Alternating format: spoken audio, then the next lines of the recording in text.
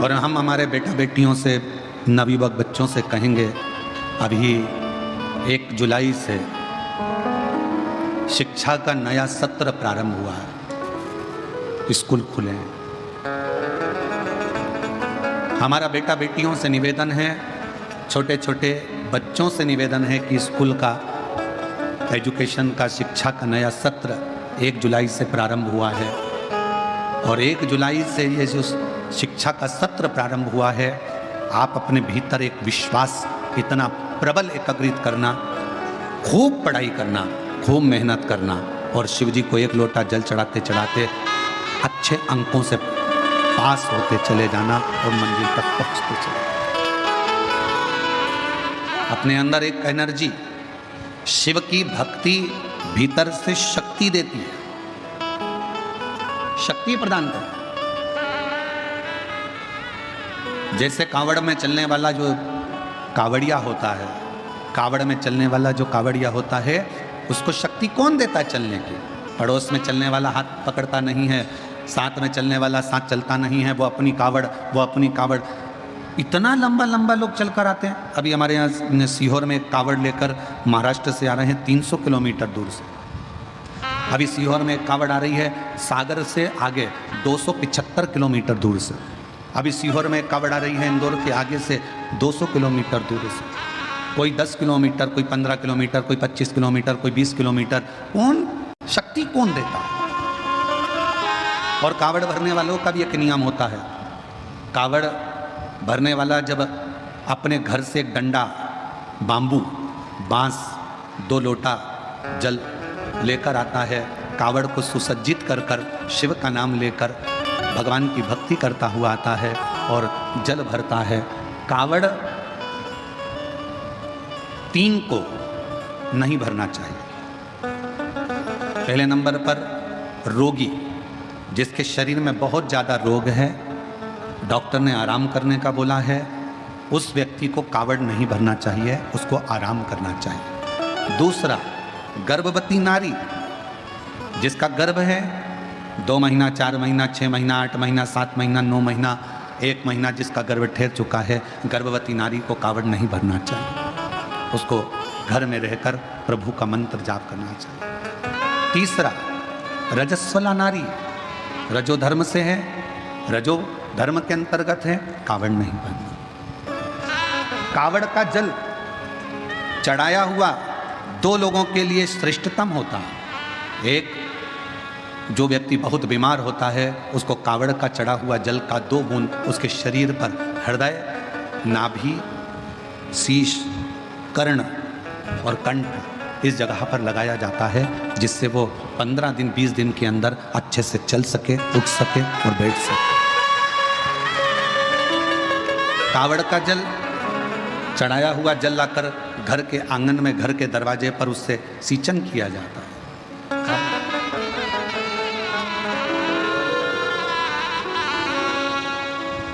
अब कई लोग कहते हैं, गुरुजी मान लो गर्भवती नारी है या बीमार व्यक्ति है, तो कावड़ अगर हम जल चढ़ाएं तो क्या कावड़ के डंडे का, कावड़ के कलश का, लोटे का या कावड़ के जल का स्पर्श उस नारी से, उस व्यक्ति से, बीमार व्यक्ति से करा सकते हैं? स्पर्श छुआने में, स्पर्श कराने में दिक्कत नहीं। गर्भवती नारी है, हाथ लगाकर कहे ये जल बाबा को चढ़ा देना। कहाँ जा रहे हो? सीहोर या पास के मंदिर में ये चढ़ा।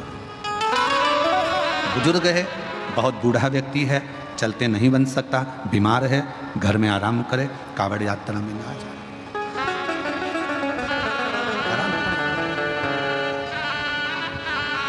कावड़ लेकर जब चलते हैं तो व्यर्थ की बातों को ना करते हुए शिव की भक्ति की बातें करना चाहिए। बोल बम, बोल बम, बोल बम, बोल बम,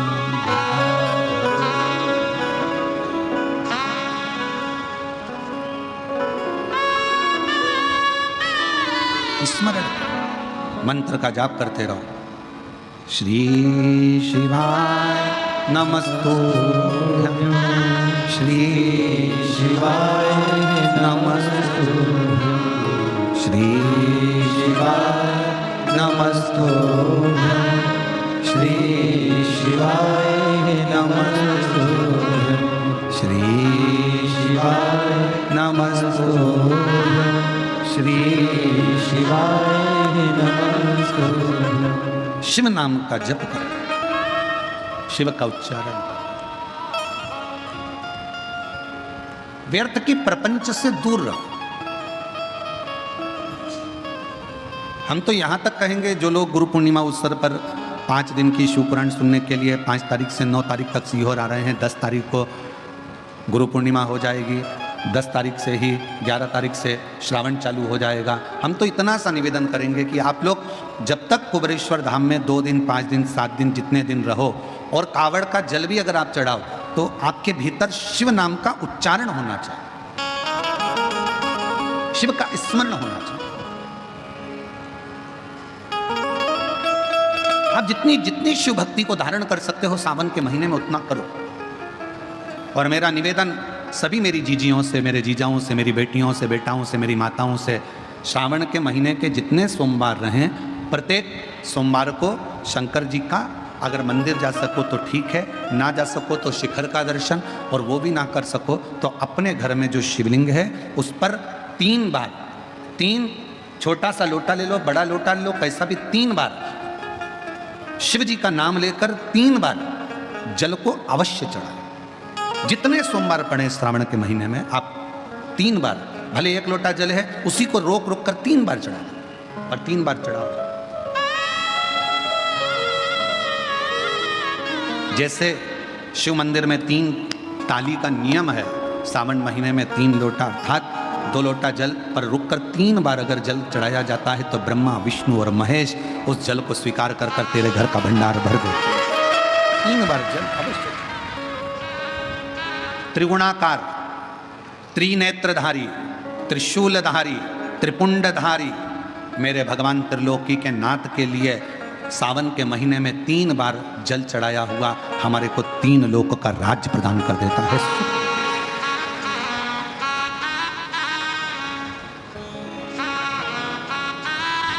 गुरुजी, इसका कहीं प्रमाण मिलेगा? क्यों नहीं मिलेगा? सुशीला की कथा का स्मरण करिएगा। सुदामा जी, ब्राह्मण सुदामा जी भगवान की अविरल भक्ति में डूबे रहते थे। सुशीला सुदामा जी की धर्म पत्नी भगवान की शिव की भक्ति में डूबी रहती थी, शिव की आराधना। कई लोगों ने कहा कि सुदामा जी की जो पत्नी थी बड़ी गुस्सेल थी, बहुत क्रोध करने वाली थी, गुस्सा करने वाली थी। सुदामा जी की पत्नी बहुत गुस्सा करती थी। सुदामा जी पंडित जी थे, ब्राह्मण थे, और उनकी पत्नी ऐसी थी? नहीं।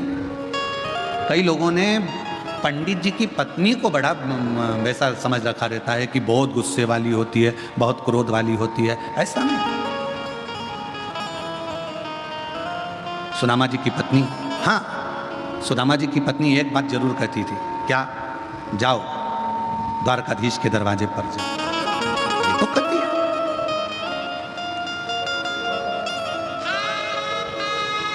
तुम कहते हो कि तुम्हारा मित्र है सुदामा जी, आप कहते हो आपके मित्र हैं कृष्ण, तो आप जाओ उनसे जाकर अपने मन की दशा को। तो सुदामा जी की पत्नी कोई बुरा तो नहीं कर रही है अगर द्वारकाधीश के पास भेज रही है तो।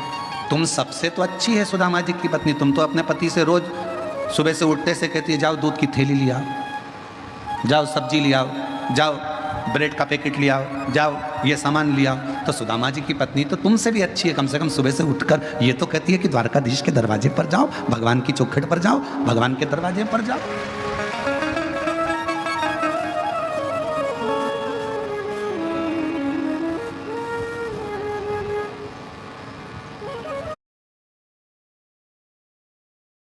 आज एक